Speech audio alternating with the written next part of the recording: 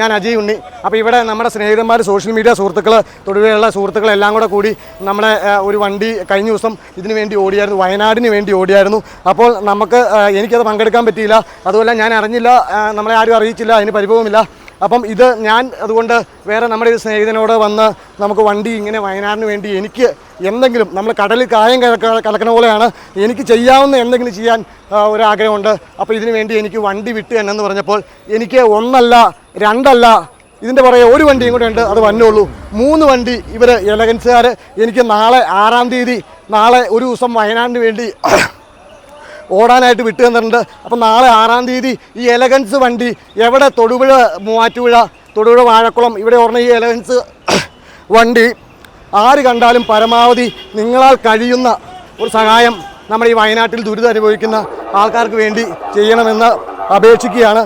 അപ്പം നാളെ കാണാം, ഞാനും കാണും. ഓക്കെ.